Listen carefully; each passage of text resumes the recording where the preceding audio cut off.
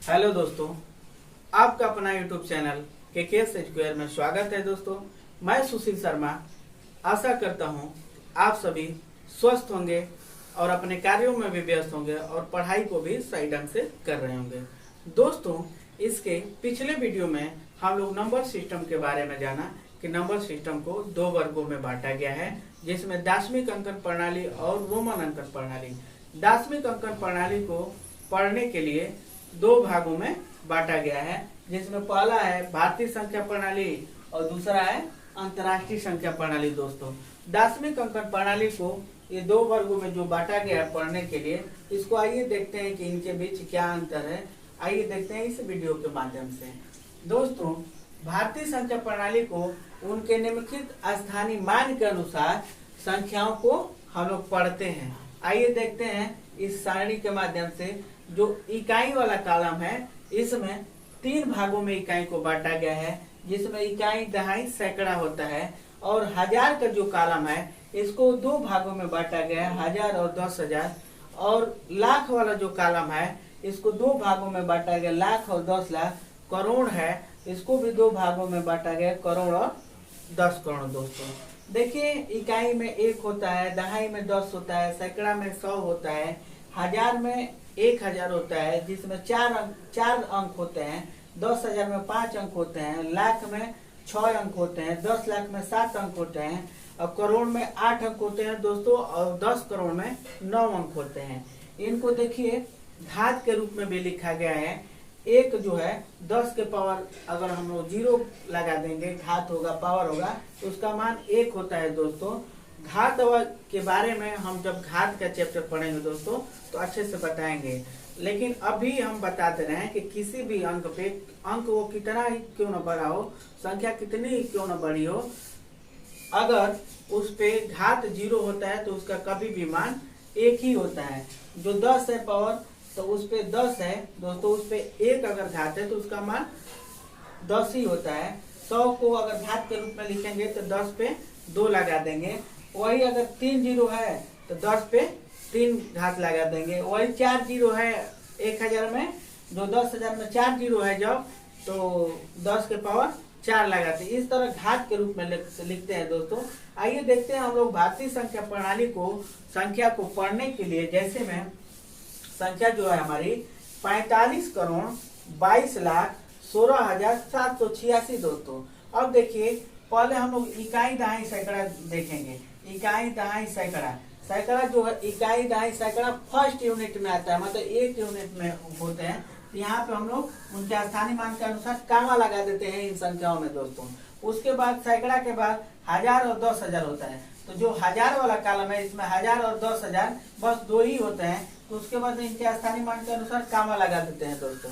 उसके बाद लाख वाला जो है कॉलम दोस्तों, लाख और 10 लाख। तो लाख और 10 लाख है कॉलम दोस्तों। तो लाख में लाख और 10 लाख दो संख्या आती हैं, 2 अंक ही आते हैं, तो इनके बाद हम लोग कामा लगा देते हैं दोस्तों। उसके बाद करोड़ और 10 करोड़ है, इसके बाद छोड़ देते हैं दोस्तों। इसी प्रकार इनको, इनके स्थानीय मान के अनुसार ही इन संख्याओं को हम लोग कामा लगाकर लिखते हैं दोस्तों। आइए और देखेंगे हम लोग अंतर्राष्ट्रीय संख्या प्रणाली को कैसे लिखते हैं। भारतीय संख्या प्रणाली को हमने देखा कि इस तरह लिखते हैं कि इनके स्थानीय मान के अनुसार ही कामा लगते हैं। उसी प्रकार अंतर्राष्ट्रीय संख्या प्रणाली में क्या अंतर है इनके बीच में, आइए देखते हैं। इनके भी संख्याओं को उनके निम्नलिखित मान के अनुसार ही कामा लगाया जाता है। और आइए देखेंगे कि अंतर्राष्ट्रीय संख्या प्रणाली में इस सारणी के माध्यम से कि क्या अंतर है भारतीय संख्या प्रणाली में और अंतर्राष्ट्रीय संख्या प्रणाली में। आइए देखेंगे। इकाई, इकाई में भी इनको भी 3 वर्गों में बांटा गया है, इकाई, दहाई और सैकड़ा में। और दूसरा जो कॉलम है 1000, 1000 को भी 1000 इसमें 3 वर्गों में बांटा गया है दोस्तों। अंतर्राष्ट्रीय संख्या प्रणाली में 3 वर्गों में बांटा गया है इनको।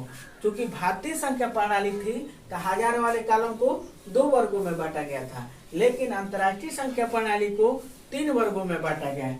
देखेंगे 1000, उसके बाद 10,000, उसके बाद सैकड़ा, 1000, 100,000 इसको कहेंगे हम लोग। उसके बाद इसमें जो कॉलम आएगा 1000 के बाद मिलियन आता है अंतर्राष्ट्रीय संख्या प्रणाली में दोस्तों।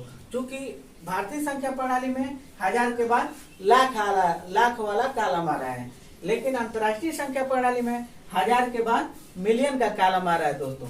तो क्या है कि मिलियन में भी देखेंगे कि इनको कितने वर्गों में बांटा गया है। तो 1 मिलियन, 10 मिलियन, सैकड़ा मिलियन अर्थात 100 मिलियन। तो 100 मिलियन इनको भी 3 वर्गों में बांटा गया है दोस्तों। क्योंकि उसमें 1000 के बाद लाख था, लेकिन इसमें 1000 के बाद मिलियन है दोस्तों।